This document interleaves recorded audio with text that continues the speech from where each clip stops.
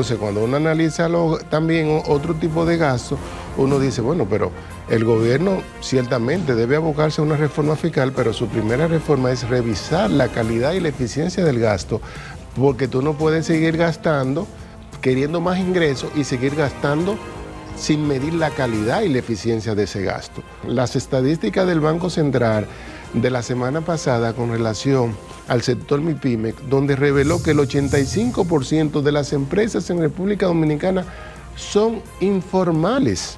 Yo creo que ese voto de confianza no debe defraudarlo el gobierno dominicano.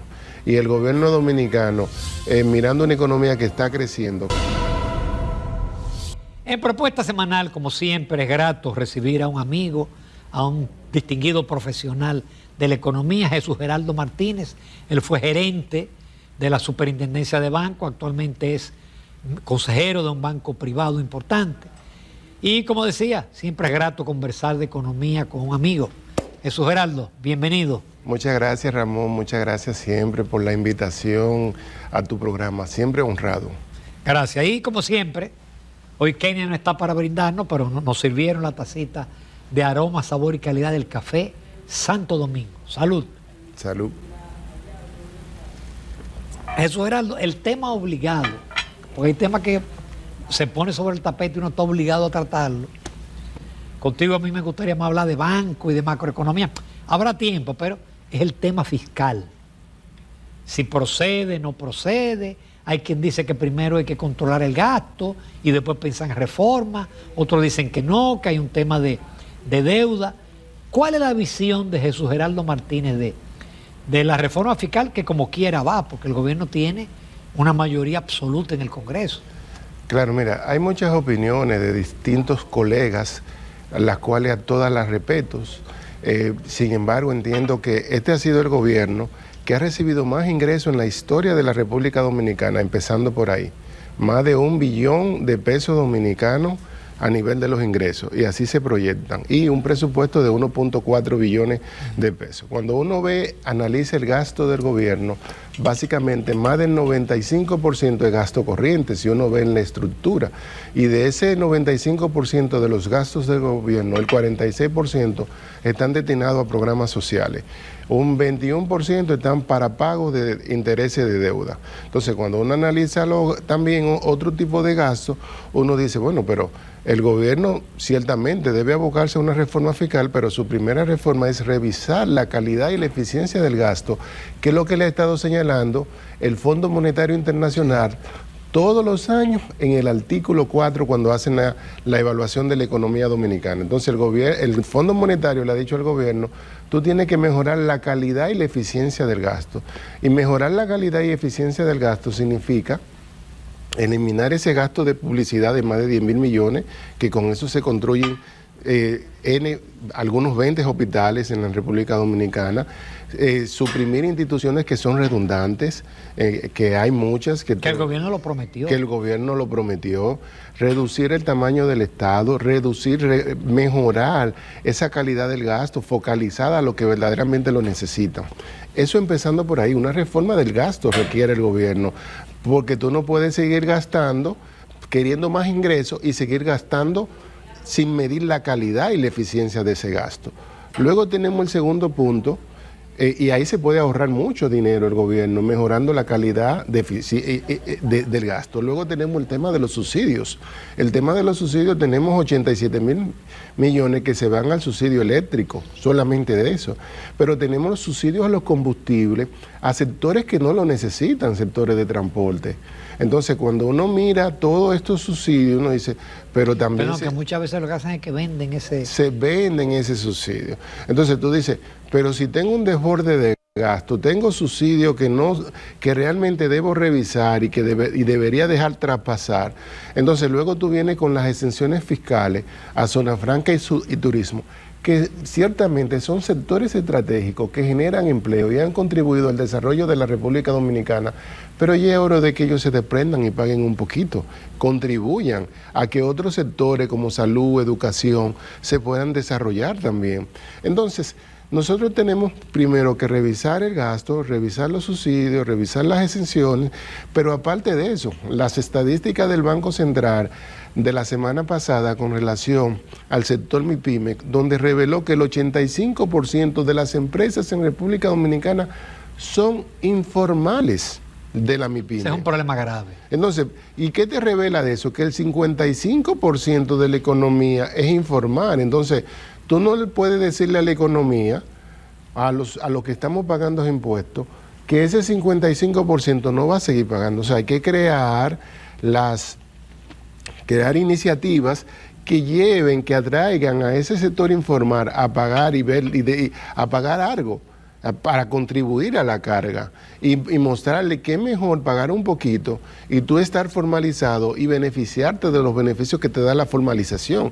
Entonces, la economía no podemos seguir queriendo hacer reforma tributaria, no fiscal, porque la reforma tributaria es tú aumentar los impuestos, aumentar la base.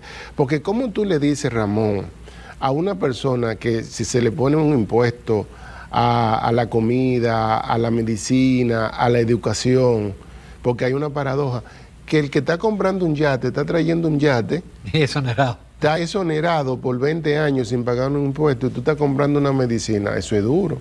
Entonces yo creo o un carrito, está pagando muchísimo impuesto por un carrito. Entonces yo creo que el gobierno, que la población le dio un voto de confianza, porque un gobierno que saca un 57% de los votos es un gobierno que está validado por la población dominicana.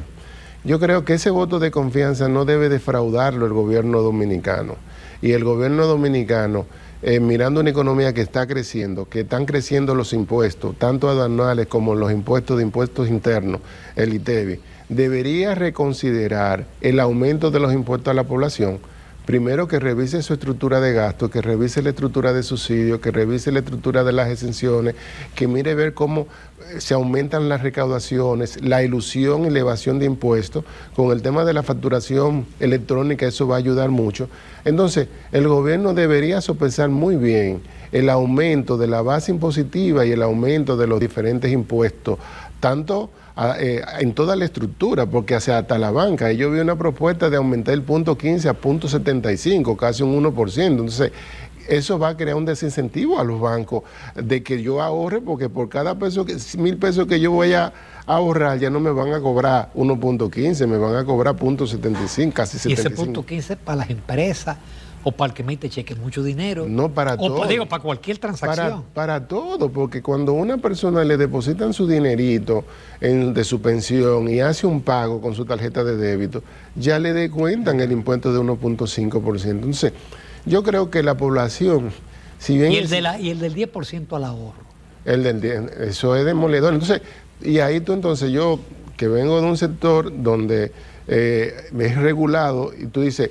Y las cooperativas no pagan ese 10%, no pagan, no retienen el 1.5 tampoco. Entonces, tú tienes una situación ahí. Y hacen intermediación financiera. Igualito como un banco y representan el 7% del Producto Interno Bruto. Entonces, yo creo que el gobierno tiene mucha tela por donde cortar y debe amarrarse los cinturones antes de pensar de aumentarle los impuestos a la población dominicana.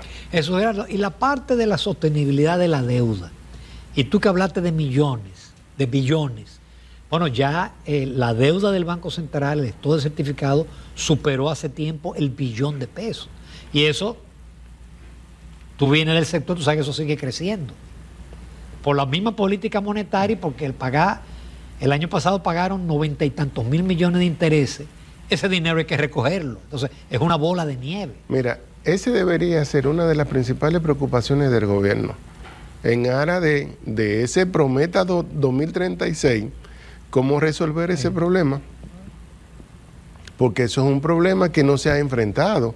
Es decir, la ley de recapitalización del Banco Central se dejó de cumplir, se dejó de mandar el dinero al Banco Central. Y ahí están las estadísticas de lo que ha recibido el Banco Central y en qué gobierno recibió y cuáles presidentes cumplieron con el mandato de esa ley. Entonces, esa es una situación que hay que enfrentar en la República Dominicana. Y la única forma de eso, bueno, tú puedes decir, bueno, voy a justificar una reforma fiscal, pero ¿cuántas reformas fiscales hemos hecho para resolver ese problema? Y eso es una situación.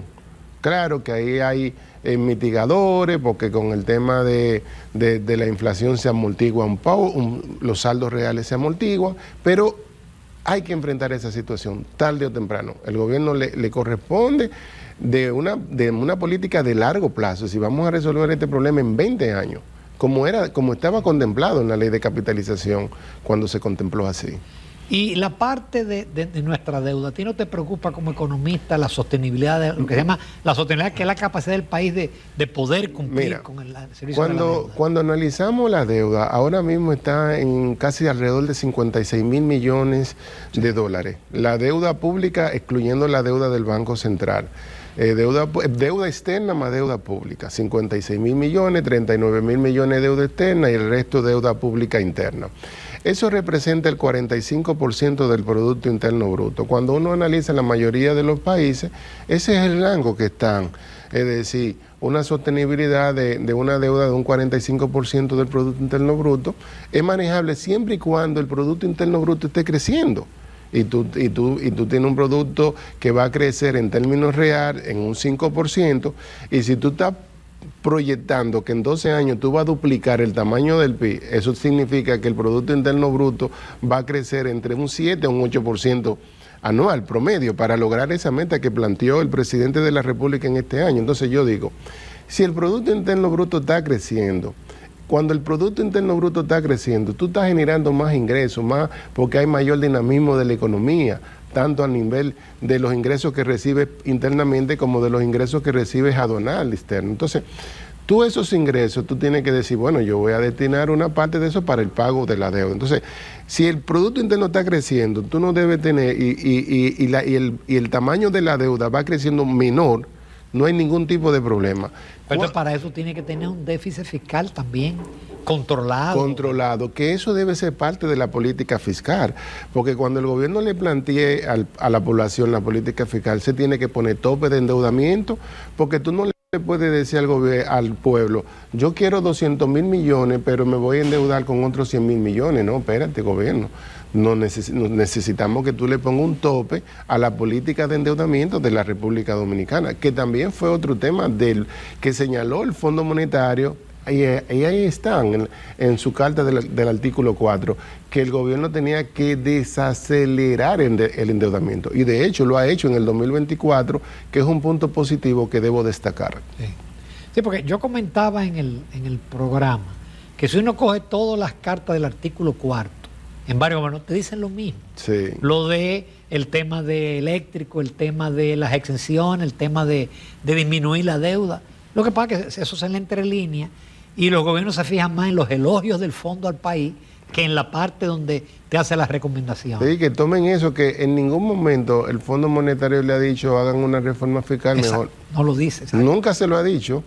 Es decir, y ha destacado la sostenibilidad y el crecimiento, y la economía dominicana es de la que más se ha destacado en Latinoamérica, y eso hay que decirlo con propiedad. Que la distribución de los ingresos no es equitativa, esos son de los temas del gobierno que ha ido trabajando con los diferentes programas sociales. Vamos a una breve pausa, la conversación interesante, el tiempo pasa volando. Con tu permiso, Jesús Geraldo y los amables televidentes, volvemos en poquitos minutos. Continuamos con el economista Jesús Geraldo Martínez, ex gerente del Banco Central, y yo que trabajé con él cuando yo era miembro de la Junta, sé de su formación y de su capacidad y experiencia. ¿Cómo va la banca, Jesús Geraldo? Mira, la banca dominicana, el sistema financiero durante estos 5 meses lleva un menor crecimiento con relación al año pasado. Para que tú tengas una idea de cómo vamos, la cartera de crédito está creciendo en 6.32%, en lo que va de estos 5 meses, una colocación de 117 mil millones de pesos que ronda alrededor de 23 mil millones, Cuando eso tú lo comparas del año pasado, mensualmente los bancos estaban colocando 29.300 millones de pesos. Estamos hablando de una diferencia. El año pasado estaban los estímulos, los esteroides. Estaban los estímulos, sí. Los activos están creciendo en 4.35 cuando el crecimiento anual es de un 17%. Si no se van a alcanzar en este año ese crecimiento de la cartera ni de los activos que tuvo la banca en el 2023, que fue el mejor año de la historia de la banca en la República Dominicana. Principalmente en rentabilidad. En rentabilidad. Sin embargo, a pesar de que no se evidencia un crecimiento de la cartera tan fuerte como el año pasado, porque los bancos han pagado al Banco Central 22.000 millones de pesos de las facilidades, no del 2023, sino del año de la pandemia, que cuando correspondía ya empezar a pagar este dinero, la banca se está ganando a la fecha 37.250 millones de pesos, 5.200 millones de pesos más que lo acumulado de enero a mayo del 2023. Y si tú comparas enero a mayo 2023 con enero a mayo del 2024, el sistema financiero en general, para no decir los bancos, sino todas las entidades, estaban ganando 32.000 millones. En este mismo periodo están ganando 37.250 millones de pesos. Es decir, que no obstante le está yendo bien y eso le permite fortalecer la base de capital. La solvencia anda alrededor de un 16.3%, que es muy importante. Cuando la norma establece un 10%. Sí, eso es importante. La cartera vencida de los bancos en general es menos de 2%, de casi, si tú lo desglosas, algunos un poquito más, que tienen oportunidades de mejorar, y la morosidad estresada, que incluye ya los castigos, otros rubros, andan en un 6%. De modo de que el sistema financiero dominicano, los bancos en general, van muy bien.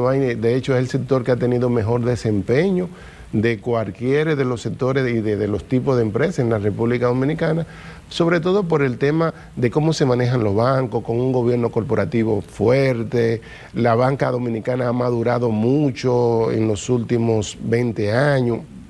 Y yo creo que esa madurez que tiene la banca dominicana se refleja en esos indicadores sólidos que tiene. Pero sin embargo tenemos un problema de tasas de interés.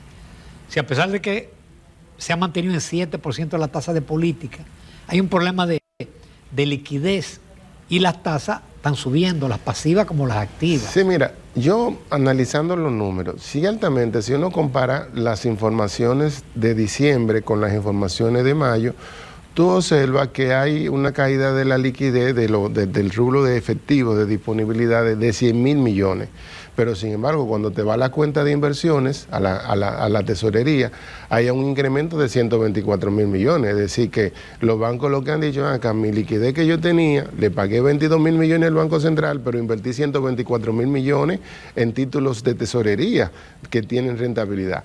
Las tasas sí, ciertamente se perciben aumento, han aumentado porque no hay esa liquidez que tenía, que con el Banco Central el año pasado, hay que recordar, inyectó 196.000 millones de pesos.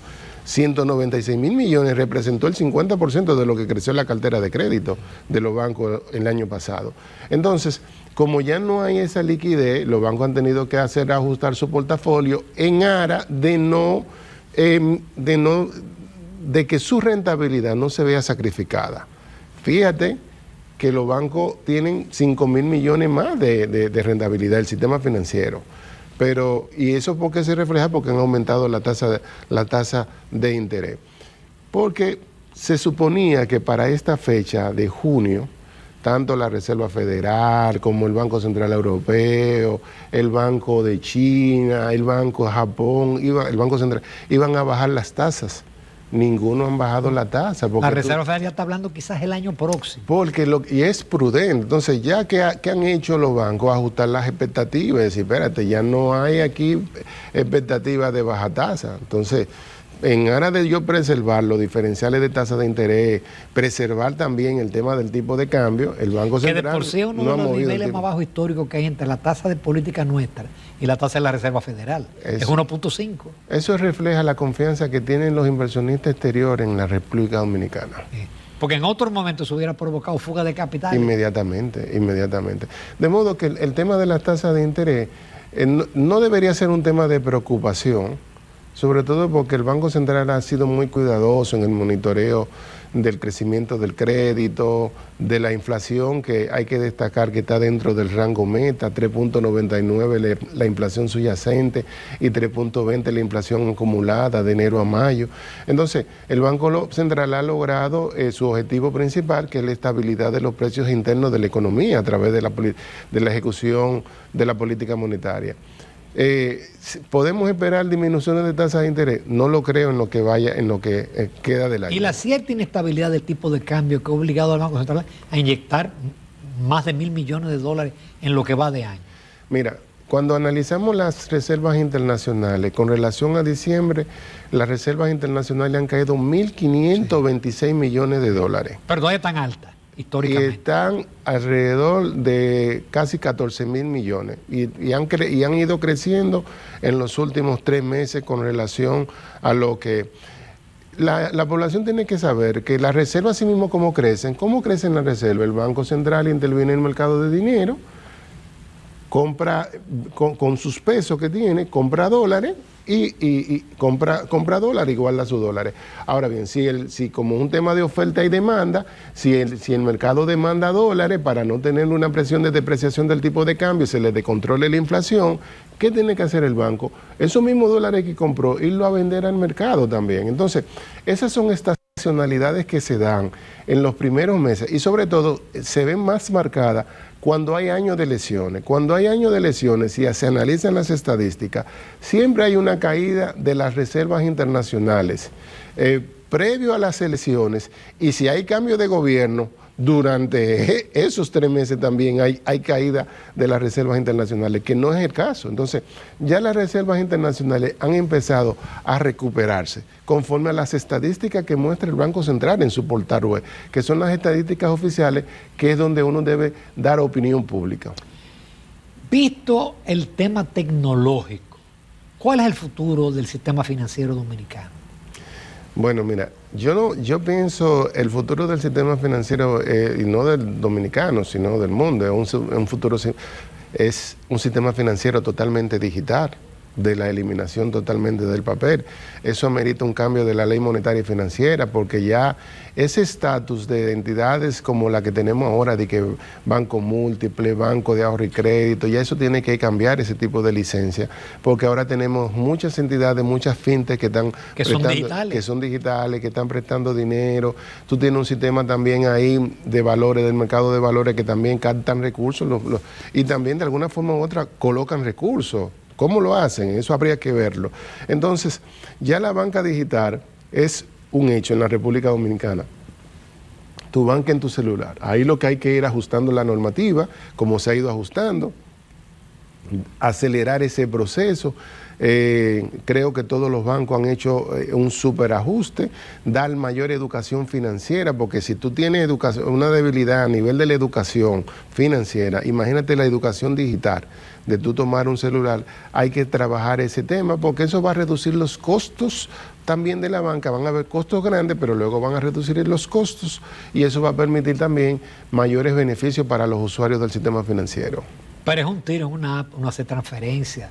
Yo ando con menos efectivo que antes, porque yo al plomero, al electricista, le hago una transferencia. Así mismo, tú le pagas a todo el mundo, dame tu cuenta y le transfieres ahí mismo. Exactamente. Entonces es un beneficio para todos y que hay que fomentarlo y que yo entiendo ahí, ahí yo entiendo que para fomentar la banca digital, y siempre lo he escrito así, hay que eliminar el impuesto de punto 15, hay que limitar el costo que cobra, dicen que es el Banco Central, y ahí yo quizá abogo para que quizá el Banco Central dé una revisión de la transferencia ACH, que sea inmediata, es decir, al pago al instante. Eso va a ayudar a que los pagos... Pero que ahí es el banco que cobra, no es el Banco Central. No, es el Banco Central, es el Banco Central confirmado por... Los 100 pesos eso. Sí, como y 50 o 70 los bancos de ahorro y crédito.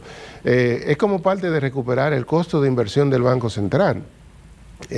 Y yo pienso que en algún momento el Banco Central debe revisar esa tarifa y disminuir esos costos para que esos pagos al instante ya sea la práctica y que no se vaya por el otro mecanismo, que también puede ser al instante, pero también implicaría costo. Otro costo. Y ya finalmente, hay otro gran reto que tienen las entidades bancarias, que es la ciberseguridad. Para los que estamos en el negocio sabemos que hay bancos que en el año pasado fueron atacados. Por suerte no hubo ruido, ¿no? Pero es un tema que, bueno, entidades oficiales han sido atacadas. La Dirección General de Migración, Exacto. todos los datos de nosotros. Todos los datos de nosotros están en la web negra. Exactamente. Pero, y de todos los extranjeros que están ahí en la web negra, y la gente paga para poder ver esos datos. ¿Cómo está nuestro sistema financiero con el tema de la ciberseguridad? Yo creo que... Y el regulador, perdón, y el supervisor. Yo creo, tenemos el regulador y el supervisor, en este caso, tú sabes que desde el Banco Central se ha hecho un extraordinario trabajo desde el área de sistema de pago. Y debo reconocer públicamente esto porque ellos tienen un centro de ciberseguridad fuerte a nivel nacional que ha ayudado a proteger no solamente a la banca dominicana, sino a instituciones del Estado. Entonces, eso, y cuando uno ve las estadísticas y la mitigación de los ataques cibernéticos a través de ese centro que ha desarrollado el Banco Central, uno tiene que decir, el Banco Central ha hecho un gran trabajo en ese sentido. Las entidades bancarias, producto sobre todo de que el Banco Central se ha tomado ese tema sabiendo el riesgo que representa eso, han tenido que hacer grandes esfuerzos, grandes inversiones para reforzar la ciberseguridad de la información. ¿Qué significa esto, señores? Que no le roben la información a los bancos, que no te vayan a transferir un dinero, que el banco deje de operar. Eso es cuando hablamos de ataques cibernéticos, de hackeo de información. Y los bancos han hecho grandes inversiones, claro. Los delincuentes, los ciberdelincuentes van muy rápido. Ahí lo que tú tienes que tener un organismo con los recursos necesarios para ir a una misma velocidad y tener los hacks éticos para tú ir atacando. Ve cuáles son las vulnerabilidades que tú tienes. Yo creo que es uno de los principales riesgos que tiene el sistema financiero. Creo que se está abordando. Ciertamente hemos tenido entidades. La experiencia y el llamado de esas entidades que han tenido situaciones es que no se puede estar barajando la inversión en temas de ciberseguridad y en temas de inversiones para renovar las plataformas tecnológicas. Ese es el mensaje que yo le puedo dejar a los ejecutivos de los bancos. Eso no es que un gasto, eso es una inversión para tú proteger los activos totales y el patrimonio de los accionistas del banco. Excelente, Jesús Geraldo. Me gustó que pudimos abordar la parte de la banca en la segunda parte. Te agradezco muchísimo la participación. Tengo el compromiso de invitarte al Telematutino porque Jacqueline le encanta también compartir contigo. Bueno, siempre encantado, Ramón, de visitarte, de compartir con ustedes, con el público que te sigue, que es mucha gente. Yo cada vez que vengo acá me dicen, te vi en el programa de Ramón, te vi en el programa de Ramón. Y entonces la televisión y Telesistema tiene un alcance impresionante. Muchísimas gracias, Jesús Geraldo. Gracias a ti, Ramón. Continuamos con Propuesta Semanal.